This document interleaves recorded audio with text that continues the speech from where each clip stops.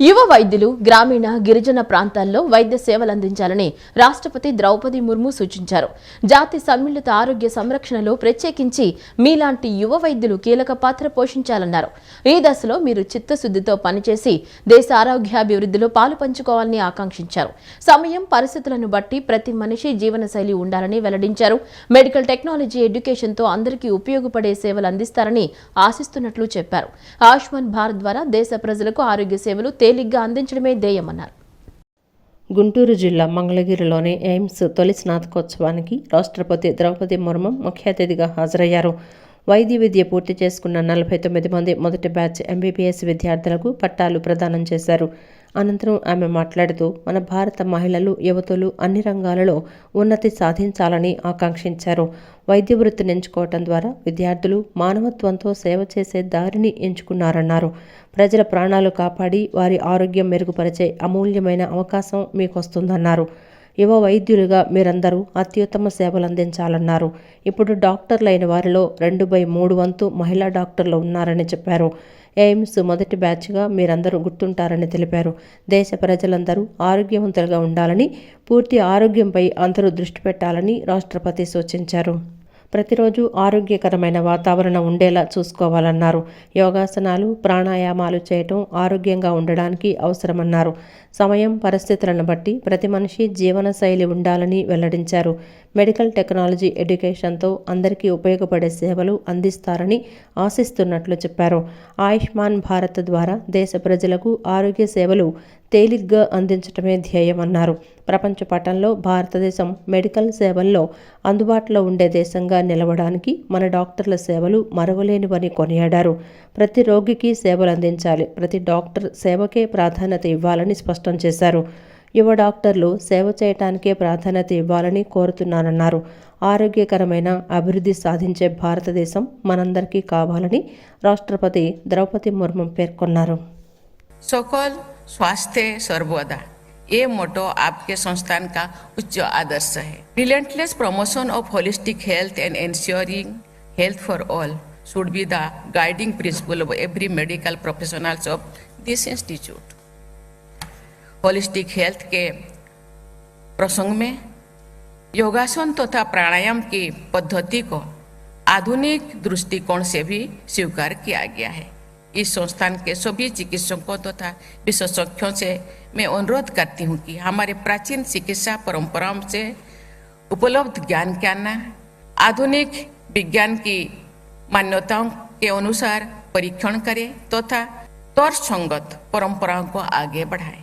विलुप्त हो रहे लाभदायक उपचारों को पुनः प्रसारित करने का आप सब समाज के तथा चिकित्सा विज्ञान के अमूल्य सेवा कर सकते हैं. समय और परिस्थिति के अनुसार आयुर्विज्ञान के सामने नई नई चुनौतियां आती रहती है.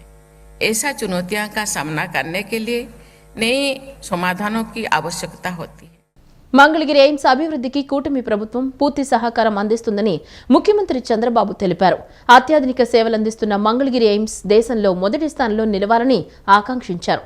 మంగళగిరి ఎయిమ్స్ కోసం మరో 10 ఎకరాల స్థలం కేటాయిస్తున్నామని ఈ సందర్భంగా సీఎం ప్రకటించారు. గుంటూరు జిల్లా మంగళగిరిలోని ఎయిమ్స్ తొలి స్నాతకోత్సవం కార్యక్రమంలో రాష్ట్రపతి ద్రౌపది ముర్ముతో పాటు గవర్నర్ అబ్దుల్ నజీర్, ముఖ్యమంత్రి చంద్రబాబు నాయుడు, కేంద్ర ఆయుష్ మంత్రి ప్రకాష్ రావు, మంత్రులు నారా లోకేష్, సతీకుమార్ యాదవ్ పాల్గొన్నారు. కార్యక్రమంలో ముఖ్యమంత్రి చంద్రబాబు మాట్లాడుతూ మంగళగిరి ఎయిమ్స్కు మేమిచ్చిన భూమి చాలా సుందరమైన ప్రదేశంలో ఇచ్చామన్నారు. అమరావతికి మంగళగిరికి ఎయిమ్స్ ఒక సిగలా ఉంటుందన్నారు. ఈ దేశంలో మంగళగిరి ఎయిమ్స్ నెంబర్ 1 అవుతుందని ఆశిస్తున్నట్లు చెప్పారు. మంగళగిరి ఎయిమ్స్ డైరెక్టర్ మరో 10 ఎకరాలు కావాలని అడిగారని చెప్పారు. ఆంధ్రప్రదేశ్ ప్రభుత్వం తరపున వెంటనే ఆ భూమిస్తున్నామని చెప్పారు. గతంలో నీటి కోసం ఇబ్బంది పడ్డారని, ఇప్పుడు తమ ప్రభుత్వంలో మీకు ఎలాంటి ఇబ్బందులు ఉండవన్నారు. మీకు పూర్తి సహకారం అందిస్తామన్నారు. మంగళగిరి ఎయిమ్స్ దేశంలోనే నెంబర్ 1 అవ్వడానికి ఎలాంటి సహకారమైనా తమ ప్రభుత్వం ఇస్తుందని చెప్పారు. If you can see this land, no All India Institute of Medical Science is having this type of land in the country itself, one of the best land. At that time I thought I can give anywhere, but this is a premier institute. I wanted to give one of the best land. That's why if you see In India, Amaravati will be the future city, that also modern city.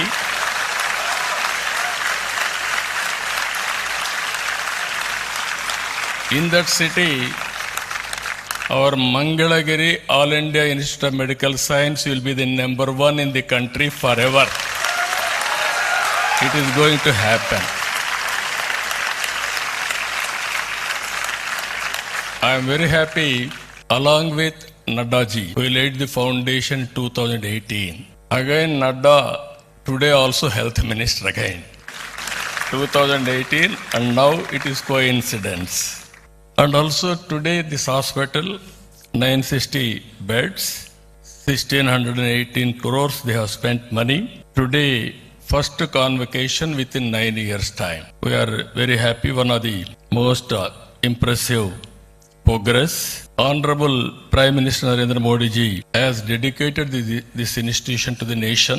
So anything here, you are all working, latest technologies also. Your director has given very well. Tourism అభివృద్ధికి కూటమి ప్రభుత్వం కృషి చేస్తుందని AP పర్యాటక శాఖ మంత్రి కందుల దుర్గేష్ అన్నారు. గత 5 ఏళ్లలో టూరిజం వెనుకబడిందని చెప్పారు. ఇప్పుడు వచ్చిన కొత్త టూరిజం పాలసీ రాష్ట్రాన్ని కొత్త పుంతలు తొక్కిస్తుందనే నమ్మకం ఉందని తెలిపారు. నగరంలోని బందర్ రోడ్డు హోటల్ వివంతానందు సిఐఐ ఏపీ ఛాంబర్స్ ఆధ్వర్యంలో పర్యాటక శాఖ 2024-2029 పాలసీపై పెట్టుబడిదారులతో సమావేశాన్ని నిర్వహించారు. ఈ సమావేశానికి ముఖ్య అతిథిగా రాష్ట్ర పర్యాటక, సాంస్కృతిక, సినిమాటోగ్రఫీ మంత్రి కందుల దుర్గేష్ పాల్గొన్నారు. పెట్టుబడిదారులకు ప్రభుత్వ సహకారం ఎల్లప్పుడూ ఉంటుందని హామీ ఇచ్చారు. పర్యాటక ప్రాంతంలో పర్యాటకుడు 5 రోజులు ఉండే విధంగా మౌలిక వసతులు, టూరిజం సర్క్యూట్లను ఏర్పాటుకు నిర్ణయం తీసుకున్నారు. రాష్ట్రంలో హోటళ్లలో గదుల సంఖ్యను 50,000కు పెంచాలని ఆలోచన ఉందన్నారు. BBB విధానంలో 25,000 కోట్ల పెట్టుబడులు సాధించాలన్న లక్ష్యంతో ముందుకు వెళ్తున్నామన్నారు. ఒకే తరహా పర్యాటక అభివృద్ధి కాకుండా temple, adventure, eco, village, wellness, agri tourism తరహా పర్యాటక విధానాలు నెలకొల్పాలని భావిస్తున్నట్లు వివరించారు.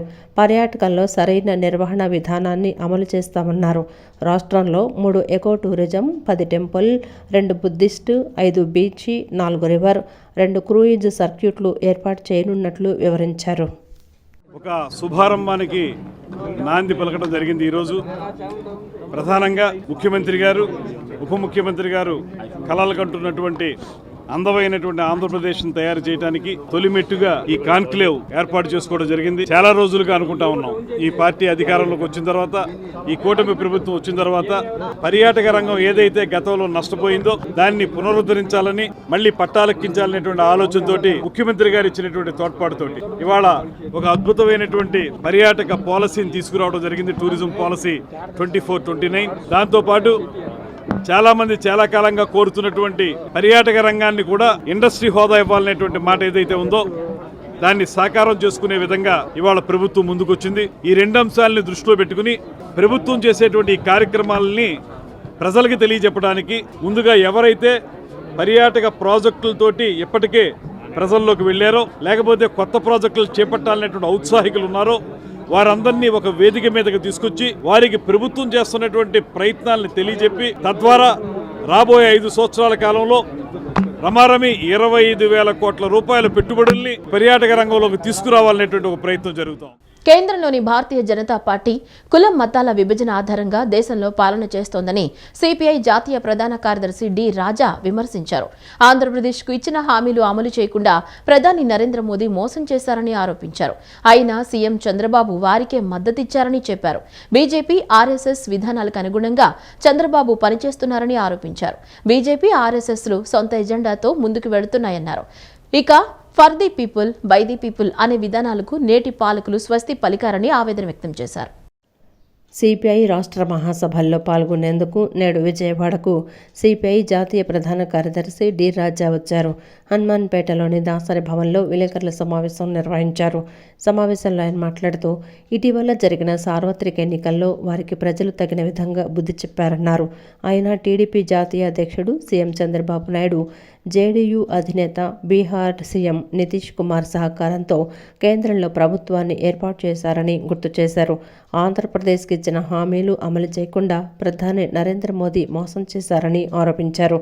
అయినా సీఎం చంద్రబాబు వారికే మద్దతిచ్చారని చెప్పారు.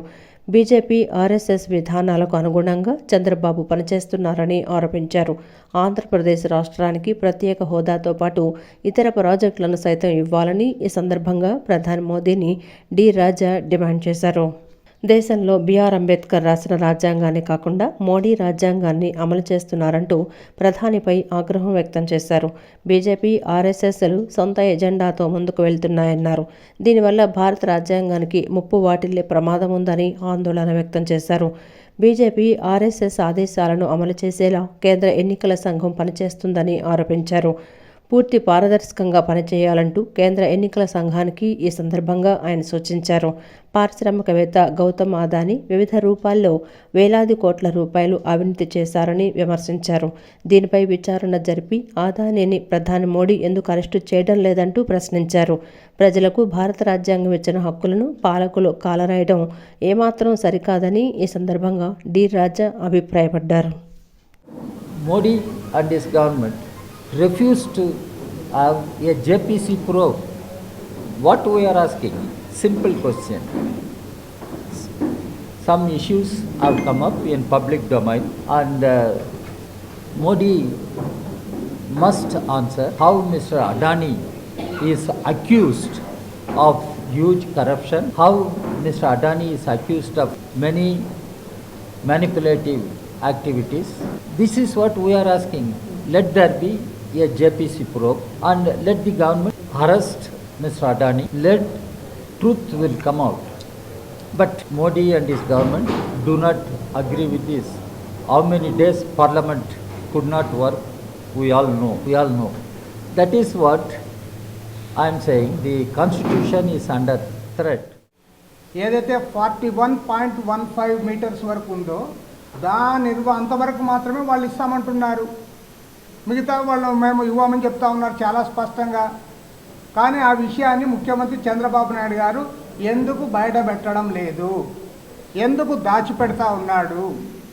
కాబట్టి ఏమంటే ఇవాళ మా కౌన్సిల్ సమావేశంలో కూడా మన వేలేర్పాడులో నిర్వాసితుల సమావేశం జరిగింది.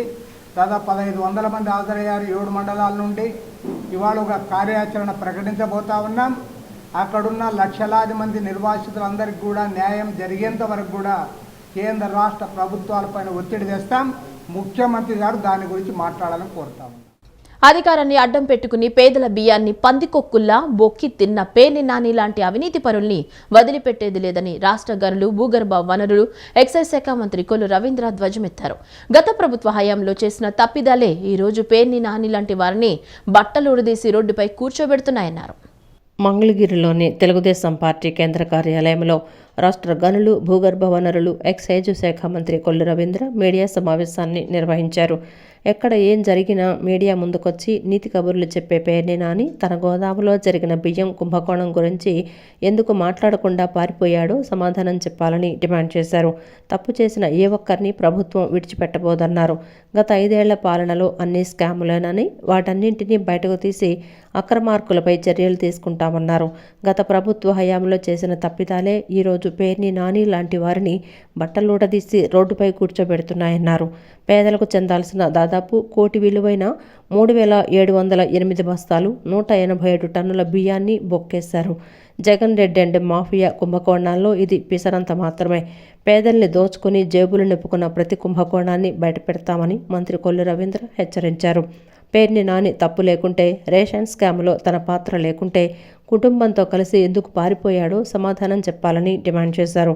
వారం రోజుల పాటు ఎక్కడెక్కడ దాక్కొని అకస్మాత్తుగా వచ్చి లెటర్ రాసి డబ్బులిచ్చేస్తామనటం అంటే దొంగతనం ఒప్పుకున్నట్లే కదా అన్నారు. దొంగతనం చేసి దొంగ వెళ్ళి డబ్బులు కట్టేస్తే దొరవుతాడా అని ప్రశ్నించారు. బియ్యం కొట్టేసి డబ్బులు కడతా అంటే చట్టం ఊరుకోదని గుర్తుంచుకోవాలని హెచ్చరించారు. పైగా మీ అవినీతి దాహానికి ఇంట్లోని మహిళలను కూడా రోడ్డుపైకి తీసుకురావడానికి సిగ్గుండాలని ఎద్దేవా చేశారు. అటువంటి మీ తప్పిదాలే మిమ్మల్ని నడి రోడ్డు మీద బట్టలు తీసి నిలబెట్టాయి. ప్రతిదానికి నీతి కబుర్లు చెప్తూ ముందుకు బయలుదేరతాడు. అయ్యా పేరు నాని గారు, ఇవాళ పేద ప్రజలకి చెందాల్సినటువంటి బియ్యాన్ని నువ్వు బొక్కింది వాస్తవమా కాదా? దాదాపు 3708 బస్తాలు, 187 టన్నులు, దాదాపు 90 లక్షల రూపాయలు ఖరీదు చేసే బియ్యాన్ని లారీలు నీ సొంత గోడౌన్స్ నుంచి పోర్టు ద్వారా రేషన్ బియ్యం స్కాముల్లో ఇది కొంత భాగం మాత్రమే మేము అనుకుంటా ఉన్నాం. ఇంకా అసలు స్కాములు మొత్తం కూడా చాలా ఉన్నాయి. అవన్నీ కూడా బయటకు వస్తాయి. ఇవాళ మరి నీతి కబుర్లు చెప్పే పేరు నాని గారు అడ్రస్ లేకుండా కుటుంబం మొత్తం కూడా గ్యాలప్స్ అయిపోయారు. ఏ గోడకి పారిపోయాడో అడ్రస్ లేకుండా వెళ్ళిపోయి నిన్నొచ్చి మరి లెటర్ ఇస్తారు. ఏమని? బియ్యం పోయింది వాస్తవమే, డబ్బులు కట్టేస్తా అంటే దొంగతనం చేసి దొంగ వెళ్ళి డబ్బులు కడితే దొరైపోతాడా? అయ్యా పేరు నాని గారు, మీరు కూడా మీ సొంత గోడౌన్స్ లో దొంగతనం చేసి ప్రభుత్వానికి నేను డబ్బులు కట్టేస్తానంటే నువ్వు సచ్చిరు కాదు. గుంటూరు జిల్లా మంగళగిరిలోని ఎయిమ్స్ స్నాతకోత్సవంలో పాల్గొనేందుకు వచ్చిన రాష్ట్రపతి ద్రౌపది ముర్ము సాయంత్రం హైదరాబాద్కు పయనమయ్యారు. భారత వాయుసేన ప్రత్యేక విమానంలో హైదరాబాద్ హకీంపేట ఎయిర్ ఫోర్స్ స్టేషన్కు బయలుదేరి వెళ్లారు. విమానాశ్రయం వద్ద అధికారులు వీడ్కోలు పలికారు. గుంటూరు జిల్లా Mangalagiri all India institute of medical sciences AIIMS స్నాతకోత్సవంలో పాల్గొన్న రాష్ట్రపతి ద్రౌపది ముర్ము సాయంత్రం హైదరాబాద్కు తిరుగు పయనమయ్యారు. విజయవాడ అంతర్జాతీయ విమానాశ్రయం నుండి భారత వాయుసేన ప్రత్యేక విమానంలో హైదరాబాద్ హకీంపేట ఎయిర్ ఫోర్స్ స్టేషన్కు బయలుదేరి వెళ్లారు. విమానాశ్రయం వద్ద రాష్ట్ర గవర్నర్ అబ్దుల్ నజీర్, రాష్ట్ర గిరిజన సంక్షేమ ఐసిడిఎస్ శాఖ మంత్రి గుమ్మడి సంధ్యారాణి, ప్రభుత్వ ప్రధాన కార్యదర్శి Neerab Kumar Prasad, DGP CH Dwaraka Tirumala Rao, commanding officer 22 Andhra battalion NCC lieutenant colonel J Mahesh, Krishna జిల్లా కలెక్టర్ డీకే బాలాజీ, కృష్ణా జిల్లా SP R Gangadhar Rao, Gannavaram MLA Yarlagadda Venkat Rao వీడ్కోలు పలికారు. బెజవాడ కనకదుర్గమ్మ అమ్మవారి దర్శనం కోసం కాలినడకన ఇంద్రకీలాద్రికి వచ్చే భక్తుల సహాయార్థం సిటీ యూనియన్ బ్యాంక్ ఎలక్ట్రికల్ వాహనాన్ని ఈవో కేఎస్ రామారావుకి అందజేశారు. ప్రతిరోజు అమ్మవారి దర్శనం కోసం వచ్చే వృద్ధులు, దివ్యాంగులు, నడవలేని వారిని కొండ దిగువన ఘాట్ రోడ్ నుంచి కొండపైకి తీసుకువెళ్లేందుకు 4 చక్రాలు బ్యాటరీ వాహనాన్ని ఉపయోగపడుతుందని రామారావు పేర్కొన్నారు. నగరంలోని ఇంద్రకీలాద్రిపై కొలువైన కనకదుర్గమ్మ అమ్మవారి దర్శనం కోసం కాలినడకన ఇంద్రకీలాద్రికి వచ్చే భక్తుల సహాయార్థం సిటీ యూనియన్ బ్యాంక్ ఎలక్ట్రికల్ వాహనాన్ని ఈవో కేఎస్ రామారావుకు అందజేశారు. ఈవో కేఎస్ రామారావు ట్రాన్స్పోర్ట్ సిబ్బందితో కలిసి బ్యాటరీ వాహనాన్ని ట్రయల్ రన్ నిర్వహించారు. అనంతరం ఈవో కేఎస్ రామారావు మాట్లాడుతూ 6.88 లక్షల విలువ చేసే 4 చక్రాల ఎలక్ట్రికల్ వాహనాన్ని సిటీ యూనియన్ బ్యాంకు దేవస్థానానికి బహూకరించారని తెలిపారు. దివ్యాంగులు, నడవలేని వారి కోసం బ్యాటరీ వాహనం ఇచ్చేందుకు ముందుకొచ్చిన సిటీ యూనియన్ బ్యాంకు వారిని ప్రశంసించారు. బ్యాంక్ ఎండీ మరియు సీఈఓ ఎన్ కామకోడి అమ్మవారి, స్వామివారి ఆశీస్సులు వీరికి ఎల్లప్పుడూ ఉండాలని కోరుకుంటున్నట్లు తెలిపారు. సిటీ యూనియన్ బ్యాంక్ ప్రతినిధులకు అమ్మవారి దర్శనం కల్పించి ఆలయ వేద పండితులచే వీరికి వేదాశీర్వచనమిచ్చి అమ్మవారి శేషవస్త్రం, ప్రసాదం, చిత్రపటం అందజేశారు. సిటీ యూనియన్ బ్యాంక్ వాళ్ళు ఈరోజు భక్తుల కోసం, భక్తుల సౌకర్యార్థం ఈ దుర్గా మల్లేశ్వర స్వామి యొక్క దేవస్థానానికి ఒక బ్యాటరీ వెహికల్ను ఇవ్వడం జరిగింది. ఈ వాహనం ద్వారా వృద్ధులు, వికలాంగులు, సీనియర్ సిటిజన్స్ ఎవరైనా నడవలేని వాళ్ళు ఉంటే వాళ్ళందరినీ దీంట్లో ఉపయోగించుకొని పైకి తీసుకురావడం, వాళ్ళు వాహనాల నుంచి దిగిన తర్వాత వాళ్ళని ఇక్కడికి తీసుకురావడం, మళ్ళీ అయిన తర్వాత ఇక్కడ నుంచి దర్శనానంతరం మళ్ళీ వాళ్ళని పంపే ప్రయత్నానికి ఇది చాలా ఉపయోగపడుతుందని మరి మాన్య మినిస్టర్ గారు, ఎండోమెంట్ మినిస్టర్ అయినటువంటి ఆనం రామనారాయణ రెడ్డి గారు, అలాగే కమిషనర్ గారి యొక్క సూచనల మేరకు ఇటువంటివి పెద్ద వాహనాలు వస్తే పార్కింగ్ చాలా తక్కువగా ఉంది కాబట్టి ఈ కిందనే వాళ్ళను పార్కింగ్ పెట్టుకొని పైకి ఇట్లాంటి వాహనాలు తీసుకురావడం ప్రయోగాత్మకంగా తీసుకొస్తున్నాం. ఇది చాలా చక్కగా పనిచేస్తుంది. బీజేపీ నేతృత్వంలోని కేంద్ర ప్రభుత్వం తీసుకొచ్చిన నూతన మార్కెట్ చట్టాన్ని ఉపసంహరించాలని ఏపీ రైతు సంఘాల సమన్వయ సమితి కన్వీనర్ వడ్డే శోభనాద్రీశ్వరరావు కేంద్ర ప్రభుత్వాన్ని డిమాండ్ చేశారు. మోడీ ప్రభుత్వం ఎస్కేఎం నాయకులకు ఇచ్చిన హామీలను అమలుపరచకుండా రద్దు చేసిన చట్టాలోని విధానాలతోనే కొత్త చట్టాలు చేస్తుందని దుయ్యబట్టారు. రైతులపై జరుగుతున్న దమనకాండను ఆపాలని కోరారు. అరెస్టు చేసిన రైతులను బేషరతుగా విడుదల చేయాలని డిమాండ్ చేశారు. గాంధీనగర్ ప్రెస్ క్లబ్లో ఏర్పాటు చేసిన విలేకరుల సమావేశంలో ఏపీ రైతు సంఘాల సమన్వయ సమితి కన్వీనర్ వడ్డే శోభనాద్రేశ్వరరావు, రైతు సంఘాల రాష్ట్ర నాయకులు వైకేశ్వరరావు మాట్లాడారు.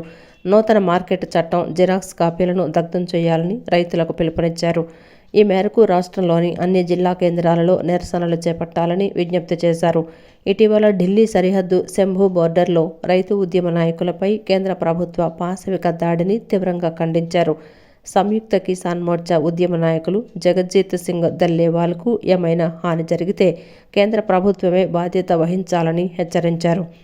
ఎస్కేఎం నాయకులతో ప్రభుత్వ ప్రతినిధులు చర్చలు జరపాలని హితవు పలికారు. రైతులపై జరుగుతున్న దమనకాండను ఆపాలని కోరారు. అరెస్టు చేసిన రైతులను బేషరతుగా విడుదల చేయాలని డిమాండ్ చేశారు. మోడీ ప్రభుత్వం ఎస్కేఎం నాయకులకు ఇచ్చిన హామీలను అమలుపరచకుండా రద్దు చేసిన చట్టాల్లోని విధానాలతోనే కొత్త చట్టాలు చేస్తోందని దుయ్యబట్టారు. ఆ విధానాల్లో భాగంగానే డిజిటల్ అగ్రికల్చరల్ మిషన్, నూతన సహకార చట్టం, నూతన మార్కెట్ చట్టం కార్పొరేట్ల కోసమేనని విమర్శించారు. పరిస్థితి జరిగింది. కిందటి పర్యాయం జరిగినటువంటి సార్వత్రిక ఎన్నికలలో రైతాంగం యొక్క ఆగ్రహం స్పష్టంగా వచ్చింది. బీజేపీకి సొంతంగా గవర్నమెంట్ ఫార్మ్ చేయగలిగిన పరిస్థితి పోయింది. అయినప్పటికీ కూడా అతను తన ధోరణి మార్చుకోకుండా ఇప్పటికీ కూడా ఆ ప్రయత్నం చెయ్యకపోగా ఇప్పుడు మళ్ళీ ఆ లోగడ కోవిడ్ టైంలో తీసుకొచ్చినటువంటి నల్ల చట్టాలలో మరొక రూపంలో దొడ్డిదారిన చట్టాలు చేసి డిజిటలైజేషన్ ఆఫ్ అగ్రికల్చర్ అని, లేకపోతే ఒక మార్కెట్ ఫ్రేమ్వర్క్ అని చెప్పి ఈ మార్కెటింగ్కి సంబంధించినటువంటి డ్రాఫ్ట్ తీసుకొచ్చి ఈ విధంగా తిరిగి మళ్ళీ భారత వ్యవసాయ రంగాన్ని కార్పొరేట్ల గుప్పిట్లో పెట్టేదానికి ప్రయత్నం చేస్తూ ఉన్న పరిస్థితులలో పంజాబ్ ప్రముఖ రైతు నాయకుడు దల్లేవాల్ గారు ఆయన ఆమరణ నిరాహార దీక్షకు కూర్చున్నటువంటి పరిస్థితి జరిగింది. ఏ కూటముల యొక్క సహకారం కూడా తీసుకునేటువంటి పద్ధతి చేస్తున్నారు. మన రాష్ట్రంలో సైతం చంద్రబాబు నాయుడు గారు గతంలో WTO విధానాలని అనుసరించేటువంటి పరిస్థితి ఉండేది. ఆనాడు రైతు సంఘాలు, వామపక్ష పార్టీలు అన్నీ వ్యతిరేకిస్తే దాన్ని కొంత నిలువరించినటువంటి పరిస్థితి మనం చూసాం.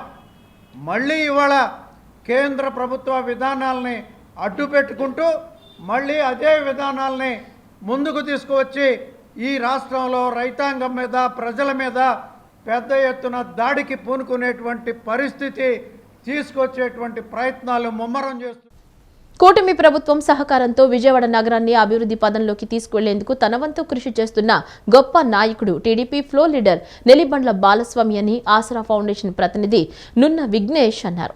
టీడీపీ ఫ్లోర్ లీడర్, న్యాయవాది, సమాజ సేవకుడు నెల్లిబండ్ల బాలస్వామి జన్మదినం సందర్భంగా ఆసరా ఫౌండేషన్ ఆధ్వర్యంలో నగరంలో పలుచోట్ల వృద్ధులు, అనాథలు, యాచకులకు అన్నదానం కార్యక్రమాలు నిర్వహించారు. ఆసరా ఫౌండేషన్ ఆధ్వర్యంలో కార్పొరేటర్, టీడీపీ ఫ్లోర్ లీడర్, ప్రముఖ న్యాయవాది నెల్లిబండ్ల బాలస్వామి పుట్టినరోజు వేడుకలను ఘనంగా నిర్వహించారు.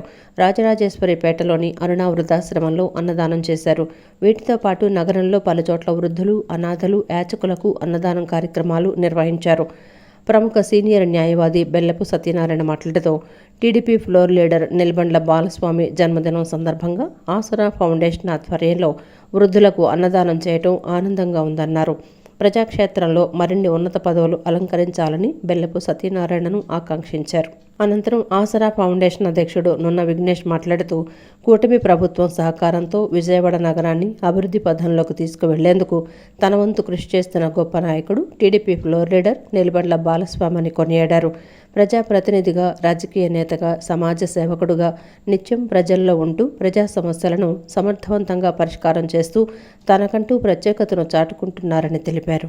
ఈ కార్యక్రమానికి ముఖ్య అతిథులుగా ప్రముఖ సీనియర్ న్యాయవాది బెల్లపు సత్యనారాయణ, ఆసరాయే హెల్పింగ్ సొసైటీ అధ్యక్షుడు నున్న విఘ్నేష్, మంగం భానుప్రకాష్, పులిబండ్ల కృష్ణ, బావరాజు మమ్ము, బర్మా సీతారామాంజనేయులు, బిట్ర నాగదుర్గా ప్రసాద్, దత్తు నాయక్ తదితరులు పాల్గొన్నారు. ఆసరా ఫౌండేషన్ ఆధ్వర్యంలో ప్రతిసారి ఎవరో ఒకళ్ళ పుట్టినరోజు, పెద్దవాళ్ళ పుట్టినరోజులు మాకు సహాయం చేసి ఆసరా ఫౌండేషన్ సహాయం చేసే వాళ్ళ పుట్టినరోజులు ఇలా ఇక్కడికి వచ్చి అరుణ వృద్ధాశ్రమంలో ఎప్పుడు చేసుకుంటూ ఉంటాము. అలాగే మా మిత్రుడు కార్పొరేటర్ అలాగే టీడీపీ ఫ్లోర్ లీడర్ బాలస్వామి గారి నెల్లిబండ బాలస్వామి గారి పుట్టినరోజుని ఈరోజు ఆసరా ఫౌండేషన్ ప్రెసిడెంట్ విఘ్నేష్, అలాగే మమ్ము, అలాగే బెల్లం సత్యనారాయణ, పులిబండ కృష్ణ గారి ఆధ్వర్యంలో ఈరోజు మరి వీళ్ళందరికీ కూడా అన్నదానం చేయటం అయినది. అలాగే మా ఆసరా ఫౌండేషన్కి ఎప్పుడు కూడా మా బాలస్వామి గారు సహాయ సహకారాలు అందిస్తుంటారు. అలాగే గురుకుల పుల్లయ్య గారు కూడా మా ఆసరా ఫౌండేషన్కి సహాయ సహకారాలు అందిస్తుంటారు. ఏదో ఒకటి పేదలకు చేయటమే మా ఉద్దేశం. ఎన్జిఓ సంస్థగా మాది ఆవిర్భించింది. ఈ వార్తలు ఇంతటితో సమాప్తం. నమస్కారం.